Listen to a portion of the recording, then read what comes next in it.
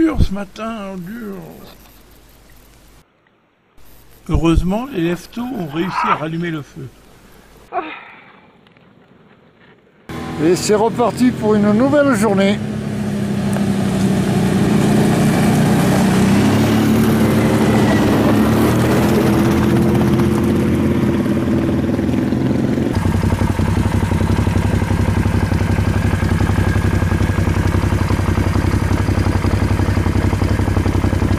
« 2540 mètres.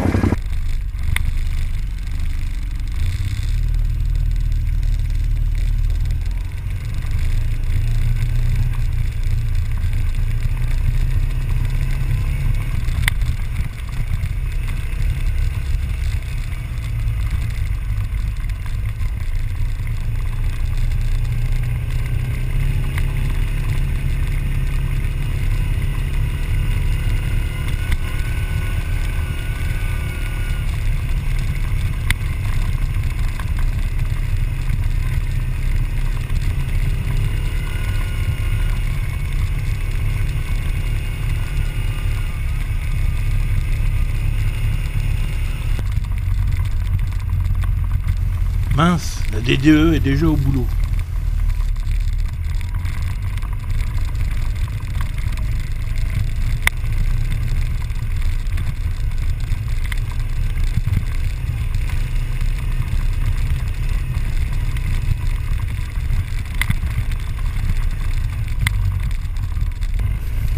Comme toujours dans l'Atlas, d'ailleurs plus généralement dans toutes les régions montagneuses, la piste suit un oued ou un nassif, c'est l'autre nom des rivières là-bas.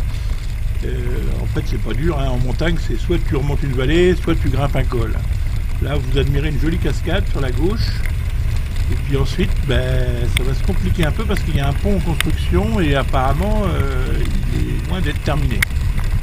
Il va falloir passer à gué.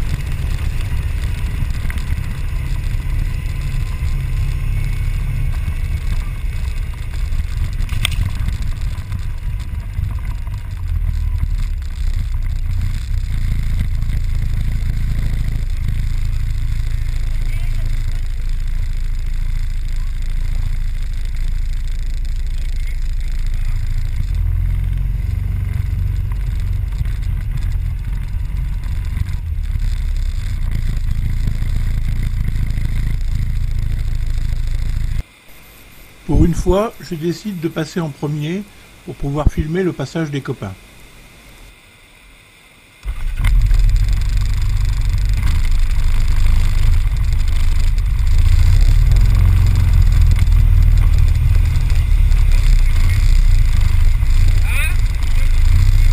Bon, un gué c'est systématiquement 4 roues motrices et vitesse courte. Enfin, moi c'est ce qu'on a appris dans les écoles de 4x4. Donc ouais, c'est peut-être un peu différent. Enfin bon, c'est comme ça que je suis parti.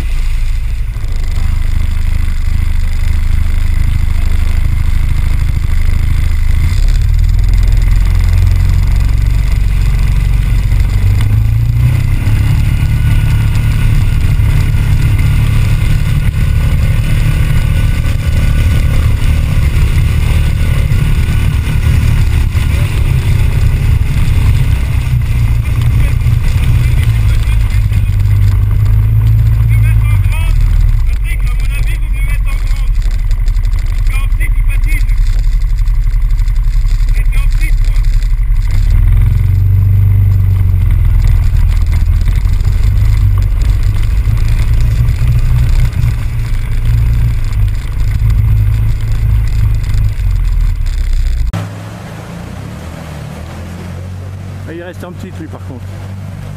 Patrick, qui est toujours aussi chaud bouillant, m'a pas laissé le temps de sortir le caméscope. Là, c'est Fred qui s'y colle.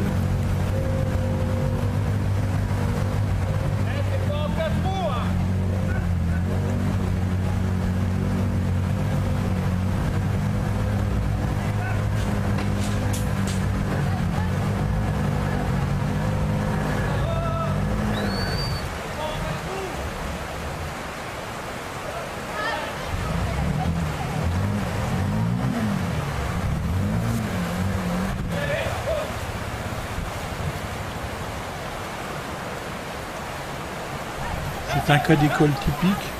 Le variateur a pris l'eau, la courroie patine, donc le quad ne peut pas avancer.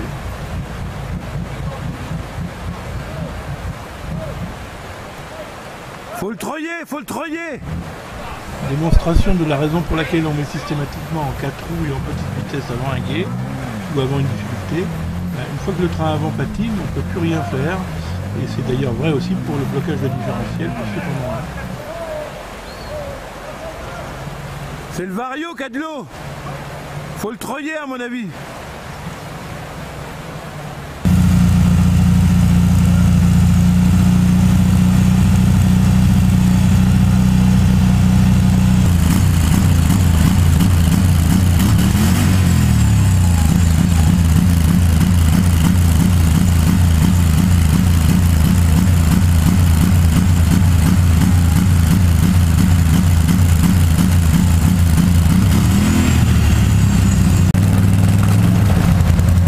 Il va pas y aller.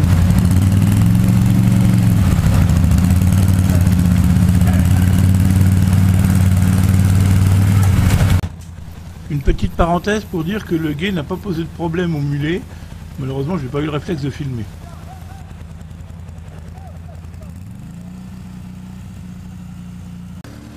C'est au tour de Benoît qui a observé les premiers passages et il a compris qu'avec une seule roue motrice, il allait avoir un peu plus de mal que les quads.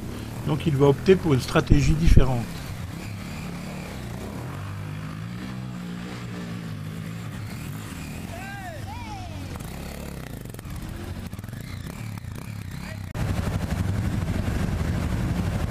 Bon, c'est au tour du gros chat maintenant.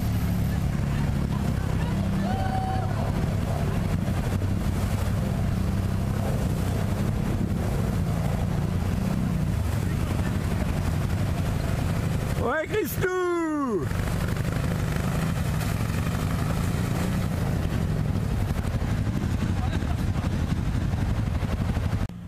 Comme vous pouvez le constater, ce gué n'est pas très profond. En fait, la difficulté du passage, c'est surtout la force du courant. Alors dans ce cas de figure, en principe, on passe toujours dans le sens de la descente, mais il faut que la configuration du lieu s'y prête. Par exemple, ce gué dans l'autre sens, il poserait, je suis sûr, aucun problème.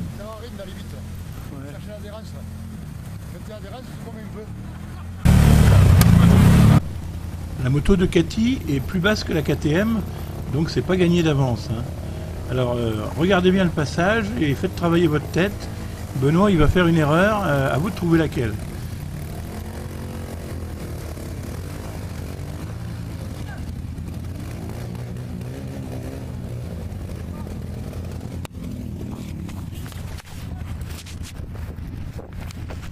Alors là je suis face à un dilemme. Est-ce que je vais donner un coup de main ou est-ce que je continue de filmer? Bon, comme je vois qu'il y a beaucoup de monde qui s'est mis à l'eau, finalement je vais continuer de filmer. Quoi le verdict? Elle a pris l'eau la DR? Ouais, elle a mangé.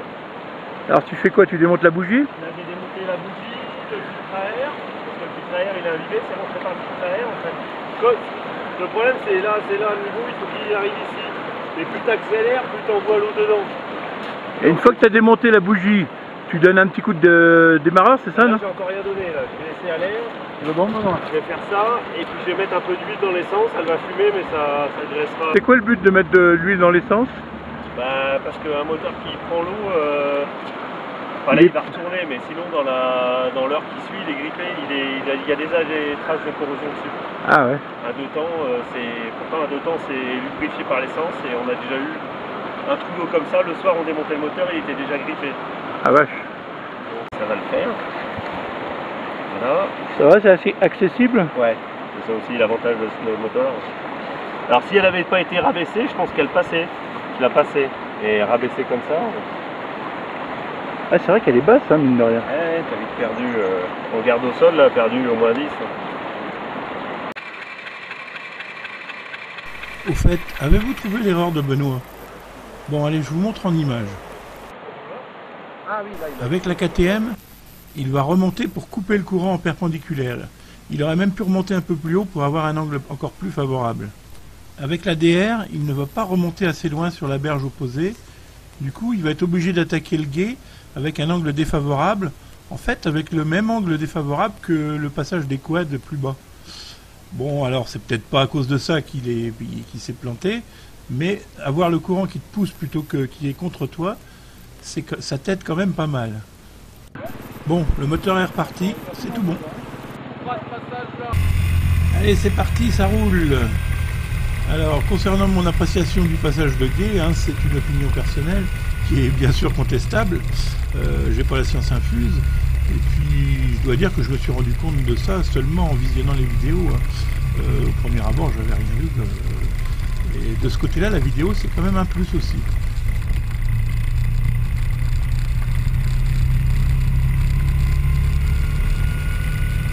Il est 12h30. On a mis une bonne heure, voire 1h30 à passer le fameux gué. Là, on vient de monter un col et on va redescendre sur le lac Tilsit, où Patrick connaît une auberge, donc on va peut-être pouvoir manger là-bas.